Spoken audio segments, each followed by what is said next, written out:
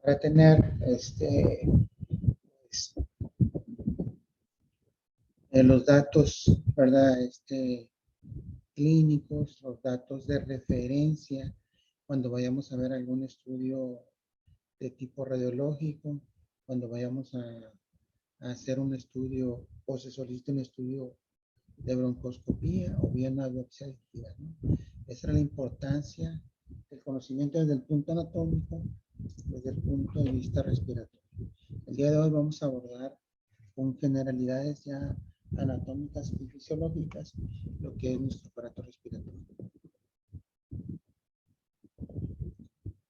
Muy bien, pues aquí tenemos una imagen de lo que es el aparato respiratorio, su cavidad nasal, sus fosas nasales, la relación importante que existe con faringe, ¿verdad? Lo que es tráquea, ¿sí? Y ya básicamente, pues pulmón derecho, pulmón izquierdo, ¿verdad?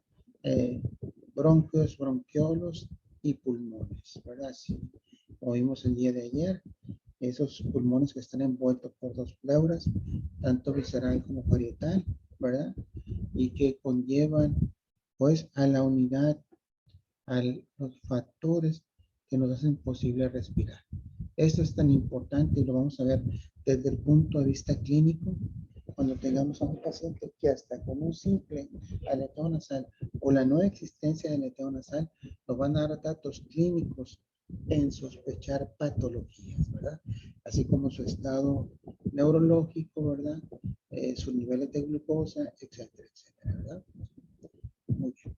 Aquí tenemos, pues, parte de lo que vimos ayer, de la anatomía, lo que es cavidad nasal, ¿verdad? Importantemente, pues ahí va a ser, al momento de respirar, el calentamiento del aire que necesitamos para que ese aire llegue a una temperatura importante a lo que es el alveolo, que es la unidad funcional. Entonces, tiene que atravesar una gran cantidad de espacio que le vamos a llamar espacio muerto, ¿verdad?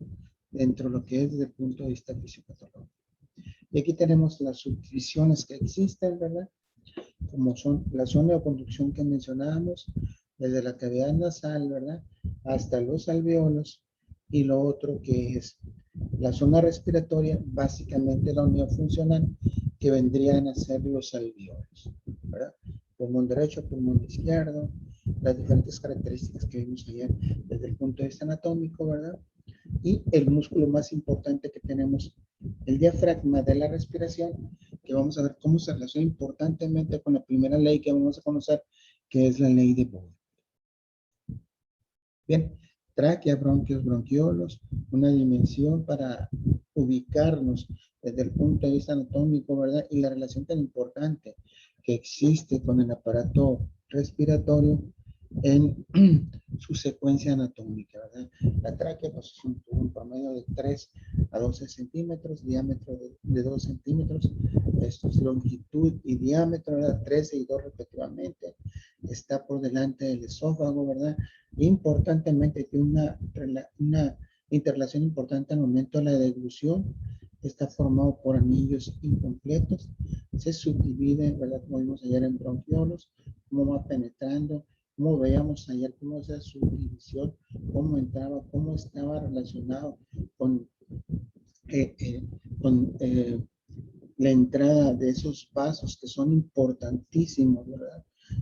Para el intercambio gaseoso, para la interacción y lo que vamos a ver en el transcurso de la semana, lo que se relaciona ya el punto de vista embriológico para relacionarlo también con el punto de vista anatómico, ¿verdad? Y todo llegando hasta lo que es la unidad funcional y la diferenciación en 3 lóbulos y 2 respectivamente, pulmón derecho y pulmón izquierdo, ¿verdad? Tomando en cuenta lo que es mediastino y sus interrelaciones, ¿verdad? Que serían en pulmón la envoltura por la pleura visceral y la pleura parietal. Muy bien. El proceso respiratorio conlleva 5 factores importantes. Y ellos son ventilación pulmonar, que corresponde a lo que es inspiración y expiración. El intercambio gaseoso, que significa pues la entrada del aire a la sangre el transporte de los gases que es a través de la sangre, ¿verdad? Y el intercambio gaseoso, ¿verdad? Que esto se da de la sangre a los tejidos para que llegue al factor más importante, que es la respiración celular. Nosotros llevamos todo ese proceso de inspiración, expiración, para que el oxígeno eh, traemos del medio ambiente llegue hasta la célula, ¿verdad? Y ahí, cuando llega a la célula, es donde se lleva a cabo lo que es la respiración celular, lo que nos mantiene vivos para la producción de energía, básicamente para la producción de ATP. Aquí tenemos una imagen también importante, lo que es la tráquea, ¿verdad? La vía o el sinónimo de conducción, aquí haciendo referencia importantemente a la gran capacidad que tiene nuestro cuerpo de limpieza, ¿verdad?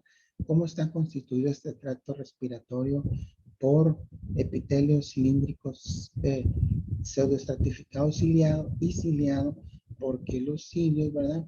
Aparte, pues producen moco, ¿verdad? Dentro de lo que son las células calciformes, y las células ciliadas pues producen el mecanismo o movimientos que van recogiendo bacterias, que van recogiendo partículas y que las van sacando hacia la garganta para ser expulsadas o deglutidas según la secuencia, ¿verdad? Entonces estaríamos hablando aquí de la importancia del clearance, de limpieza de nuestro aparato respiratorio. Si hacemos una pequeña referencia aquí, veremos que pues inhalamos alrededor de 7.500 a 10.000 litros de oxígeno, de aire, perdón, del medio ambiente diariamente. Entonces, vean ustedes la gran capacidad, el gran trabajo que le damos a nuestro aparato respiratorio para mantener limpio estas vías aéreas y que no sucedan, ¿verdad? Como vamos a ver un poco más adelante, las patologías que vamos a tomar. Entonces aquí tenemos una subdivisión de lo que es la zona de conducción, de lo que es la zona respiratoria, laringe, tráquea, bronquio primario, bronquio secundario, bronquiolo, hasta llegar a la zona respiratoria que es el área alveolar. Aquí tenemos una imagen de lo que son los alveolos, de la gran irrigación que existen, y el día de mañana o probablemente entrando la semana, pues vamos a ver lo que es, cómo se forma desde el punto de vista embriológico estas características y por qué la gran importancia de esta zona respiratoria, de esta zona de conducción que viene a ser espacio muerto, pero que también incluye una gran patología dentro de lo que es el aparato respiratorio, ¿verdad? Y evidentemente, pues ya lo que es el alveolo, ¿verdad? La unidad funcional pulmonar. Y aquí tenemos dentro de esto, pues, una imagen importante de lo que es el alveolo, sus capilares, su saco alveolar, ¿verdad? Vemos una conformación de lo que es el alveolo, la capacidad elástica por sí misma, ¿verdad? Que tiene la elasticidad que debe existir a nivel pulmonar, las células tipo 1, tipo 2, neumocito 1, neumocito 2, 1, que vamos a ver desde el punto embriológico cómo se adhiere, cómo se adosa, cómo se transforma para hacer esa pared por donde va a entrar el aire, ¿verdad? Y la célula tipo 2, importantemente la productora de factor surfactante, y ya entrarían macrófagos como factor fundamental importante en la protección del tejido, ¿verdad? Aquí tenemos un poquito más esquemático ya lo que comentábamos, la célula tipo 1, ¿verdad? Alveolar tipo 1, el neumocito tipo 2, que es básicamente el productor, ¿verdad? Del factor surfactante para que no coloque el pulmón. La relación tan importante capilar, el eritrocito, cómo llega y por presiones, como vamos a ver un poquito más adelante, se lleva el proceso de oxigenación de nuestro cuerpo. Bien, pues tenemos algo de lo que hemos visto ayer, ¿verdad? El timo, pulmón derecho, pulmón izquierdo, cómo están subdivididos, las fisuras que vimos ayer, la importante relación de nuestro músculo respiratorio más importante que tenemos, ¿verdad? Diafragma, ¿verdad? Timo hasta cierta edad y cómo es importante, ¿verdad? Vamos a ver las caras allá de nuestro pulmón, la relación también de lo que es con respecto a pleura visceral, a pleura parietal, ¿verdad? Y aquí es muy importante de que hay una cantidad de líquido que no permite que sea doce, que es, vamos a ver, cuando veamos problemas pleurales, la importancia, ¿verdad? De la producción de este líquido que se puede modificar por 7 factores y llevarnos a la producción de derrame pleural que puede ser, ¿verdad? Trasudado o exudado, que vamos a tocar un poquito más adelante. Muy bien.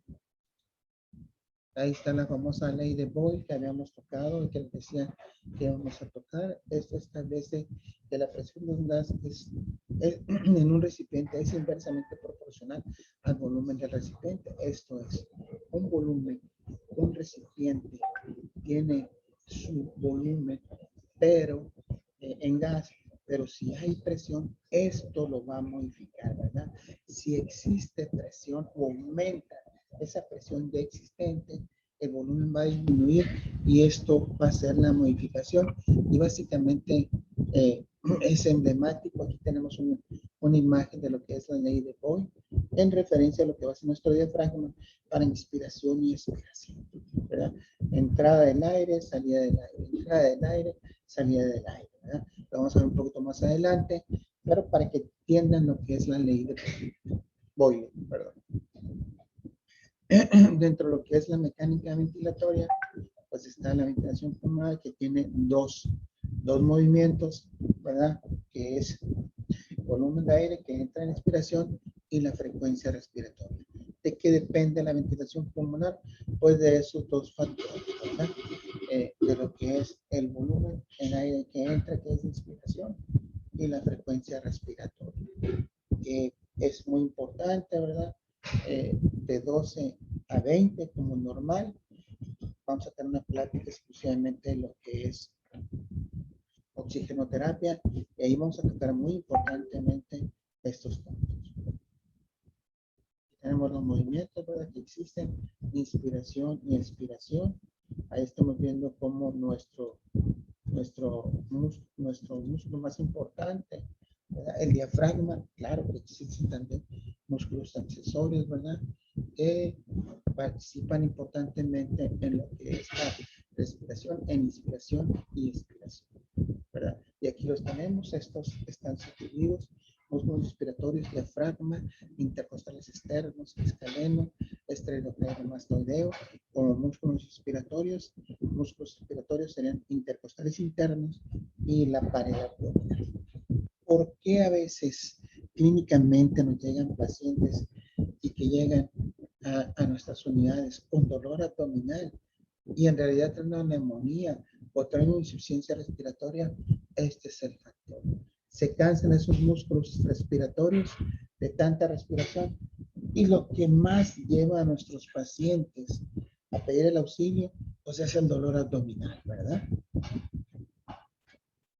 Bien, aquí tenemos de manera más explícita una diferenciación en lo que es esternocleidomastoideo, escaleno, los intercostales externos, intercostales internos, músculos de inspiración, músculos de expiración, y que son muy importantes, que tendremos que valorar al momento de que hagamos una semiología, al momento de enfrentarnos a nuestros pacientes para ver si estos músculos se están utilizando importantemente, y aquí es donde llamamos el factor de aumento del trabajo respiratorio, ¿verdad? Normalmente no los vemos a menos que haya un aumento importante en este trabajo, ¿verdad? Que van a ser datos clínicos importantes que lo vamos a llamar como signo de fuga. Tenemos lo que es la entrada del aire, inspiración, el diafragma contraído, el volumen torácico entra, la imagen de lo que vimos de la ley de Boyle, ¿verdad? Y aquí tenemos cómo es inspiración y expiración, cómo el diafragma se relaja, el volumen torácico disminuye, hay entrada y salida del aire, ¿verdad? Entrada y salida del aire, ¿sí?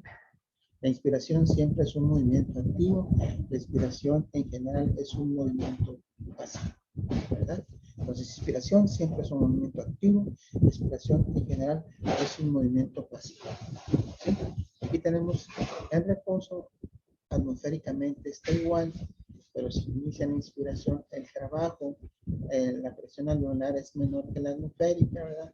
Entonces, es entrar el aire, después viene lo que es la interiorización alveolar, la expiración, modificación también de presiones, mayor alveolar y es la expiración, ¿no? Inspiración, expiración, ahí se refleja importantemente lo que es la ley de Boyle, ¿verdad? De Boyle, ¿verdad? Bien, y esta diapositiva pues nos da las imágenes, ¿verdad? El intercambio de gases y la presión parcial tanto de oxígeno como de dióxido de carbono. En el aire tenemos presión de 160, CO2 0.3, en el alveolo la presión es 100, la de CO2 es de 40, oxígeno 100 y así sucesivamente, ¿no? En la arteria 95 para que pueda entrar, ¿verdad? Ese aire por los cambios de presiones, ¿verdad? Entrada y salida, en el intersticio 40, en la célula 35, en la vena 40. Así a su vez el dióxido de carbono, 40 en el alveolo, 40 en la arteria, 45 en el intersticio, para que pueda haber salida, ¿verdad? Y así en la célula 46, para que continúe esa salida, la vena 45 y tenga entrada y salida de aire, de los gases, oxígeno y dióxido de carbono, todo esto regulado por presiones, ¿verdad? Y aquí tenemos una imagen más explícita, ¿verdad? Cómo entra el aire a 100, cómo a nivel de arteria pulmonar, pues estos niveles se mantienen en 40, ¿verdad? En 46 el PSO2, cómo sale el dióxido de carbono y cómo entra por la vena pulmonar el oxígeno a nivel de 95, llega a 100 y tiene esta entrada. Por esos cambios de presión, ¿verdad?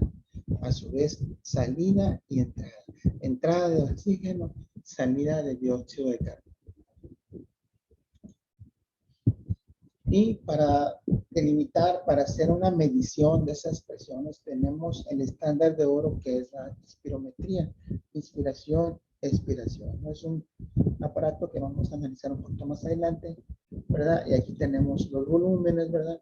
Inspiración normal, final de la expiración, lo que es el volumen corriente, ¿sí? Perdón, volumen corriente, volumen de reserva respiratoria, ¿verdad? El volumen residual, ¿sí? El volumen de reserva inspiratoria, la capacidad pulmonar total, ¿sí? Y cada una de ellas como capacidad total pulmonar total y la capacidad residual funcional. Aquí, por ejemplo, en pacientes con EPOC, pues veríamos importantemente disminuido lo que es el volumen residual, ¿verdad? Y el volumen de reserva expiratoria. Entonces, por eso la obesidad es un factor muy importante en nuestra pandemia que conlleva a una discapacidad innata, ¿verdad? Con esa pena en promedio entre 1.200, incluso hasta 2.000, dependiendo del grado de obesidad que tienen. Por eso sus pacientes siempre andan jadeantes. Entonces, también ustedes son gorditos, él respira y jadea, ¿verdad? ¿Por qué? Porque tienen cierta medida datos de insuficiencia respiratoria. Las definiciones, pues es lo que es volumen corriente. El volumen corriente es el aire que se intercambia, es un promedio de 0.5 mililitros.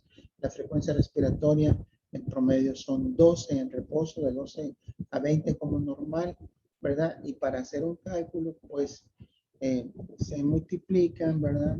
0.5 por 12, la cantidad de aire que tendríamos en pulmones sería 6 litros, 3 litros en promedio para cada pulmón, ¿verdad? Por eso sacamos que si tenemos de 12 a 20 respiraciones, si esto lo multiplicamos por minuto, ¿verdad? Que serían 12 por 60, ¿verdad? Y ya a su vez, por lo que son las 24 horas, en total estarían entrando en nuestro organismo entre 7.500 a 10.000 litros diarios. Estaríamos inhalando y exhalando. Entonces vean el gran trabajo que se lleva nuestro aparato respiratorio para poder tener esa limpieza, ese aclaramiento, ¿verdad? Otro factor que tenemos, ¿verdad? Pues es la protección, la expansión, que se puede perder en determinado momento, que vamos a ver más adelante, ¿verdad? Cuando existe el colapso pulmonar, ¿verdad? Y ya estaremos hablando de lo que es un neumotórax. Factores importantes desde el punto de vista fisiológico, pues es la extensividad pulmonar que se va perdiendo con el paso de los años, y ahí entra pues básicamente la elasticidad pulmonar propiamente hacia los tejidos y lo que se produce por el neumocito 2, un factor importante que es a nivel alveolar, ¿verdad? El factor intrínseco a nivel alveolar, el factor tensoactivo, ¿verdad? El surfactante. Una imagen más, pues el surfactante y su importancia, y pues lo estamos viendo mucho en nuestra pandemia, que el virus ataca importantemente al neumocito 2, se pierde el factor surfactante. Por eso, por el edema y para la producción, de estimulación, de producción de factor surfactante y la producción de células tipo los neumocitos, es por lo que se manejan esteroides, ¿verdad? A alta dosis en nuestros pacientes con neumonías importantes, moderadas a severas y severas, ¿verdad? Tienen la capacidad de factor surfactante, de la tensión a nivel de los alveolos, de mantener un alveolo abierto, un alveolo distendido, ¿verdad? Un factor muy importante que ya está en los criterios de insuficiencia respiratoria en nuestra pandemia, por ejemplo, en pacientes con neumonías importantes. Ahí es una referencia con respecto a saturación y a una intubación temprana para tomar en cuenta el factor surfactante, que no se pierda y poder salvar la mayor cantidad de alveolos posibles. ¿Sí?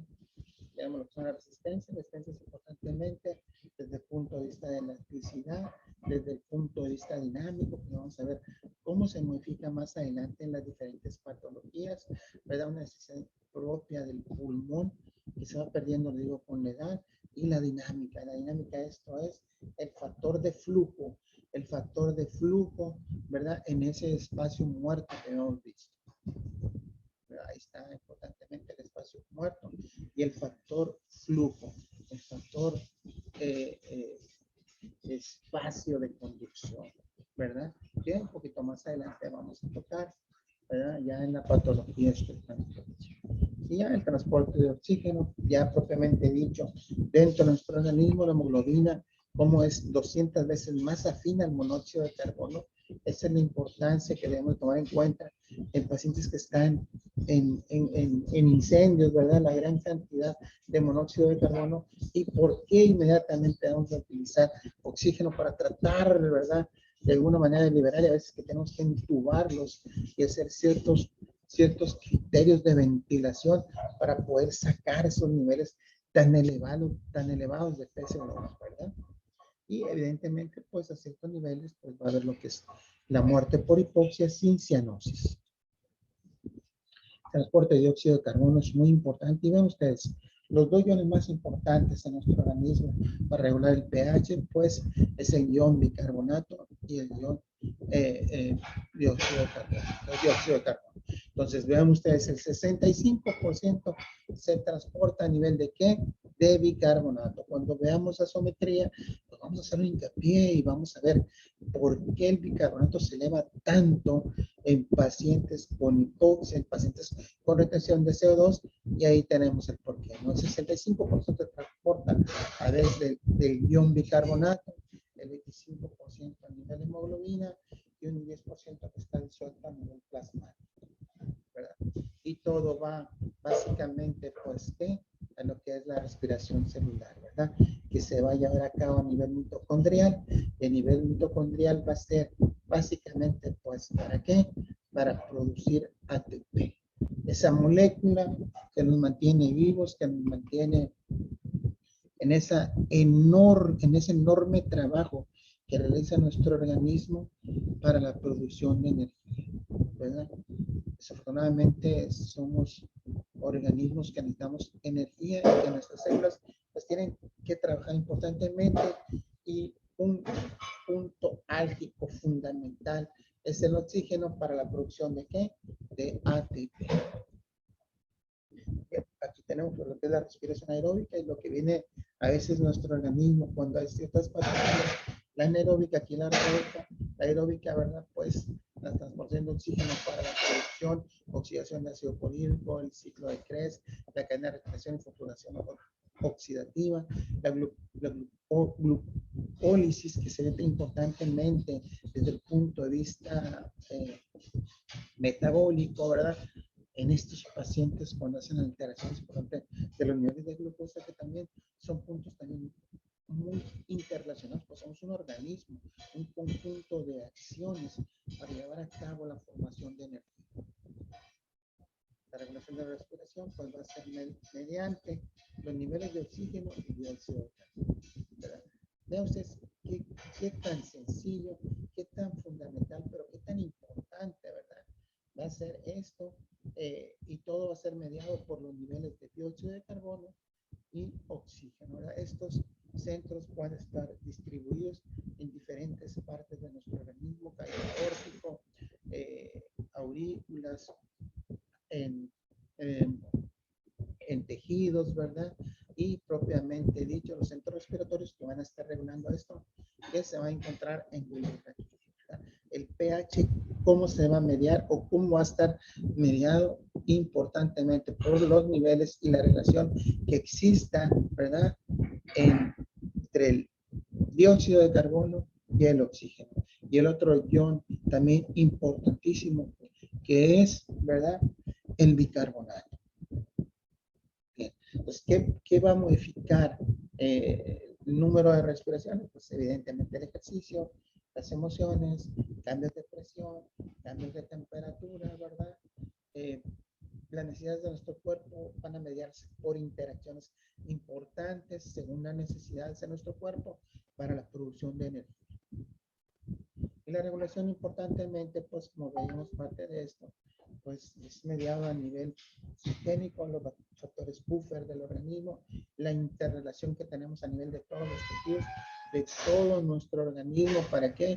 Pues para llegar, ¿verdad?, a cubrir nuestras necesidades de oxígeno, nuestras necesidades básicamente de ¿qué? De energía. Para nivel mitocondrial producir energía. Y aquí tenemos como la última diapositiva, pues esa interacción tan importante que se lleva a nivel de hipotálamo, ¿verdad? A nivel de bulbo raquídeo, que conlleva esa interacción a nivel de vasos, a nivel de músculos, ¿verdad? Para interaccionar y ser un factor importantísimo en lo que es la respiración, en ese mecanismo tan sencillo que es respiración. Por eso vemos, por ejemplo, cuando hay fracturas a nivel de cervicales y que se lesiona el centro respiratorio, pues imagínense cómo puede vivir, cuánto tiempo va a poder vivir una persona si el centro respiratorio no funciona, ¿verdad? Entonces son puntos muy importantes que conozcamos desde el punto de vista fisiológico y anatómico para correlacionarlo con lo que es la patología. Muy bien. Entonces, esto sería la plática de hoy, esa interrelación que tuvimos el día de ayer con ese video anatómico, anatomía, ¿verdad? Ahora ya la relación anatómica, la relación fisiológica, ¿verdad? Y lo que vamos a hacer un poquito más adelante con la patología, ¿sí? ¿Ok? No sé si tengan alguna pregunta o algún comentario a la plática de hoy. Mañana estaremos entrando ya lo que es embriología para interrelacionarlo y ver cuántos alvéolos llegamos a tener en nuestra vida adulta cuando se madura nuestro aparato respiratorio, que es hasta los 8 años, ¿Y por qué existen esas patologías tan importantes en niños? ¿Y por qué vienen esas patologías en adultos? ¿Y por qué el porcentaje de afectación agudo nos puede llevar a un factor importante de insuficiencia respiratoria? Como vamos a ver más adelante durante el transcurso de nuestro curso. ¿Alguna pregunta que tengan, muchachos? Bueno, creo que fue muy explícito, ¿verdad? Muy didáctico.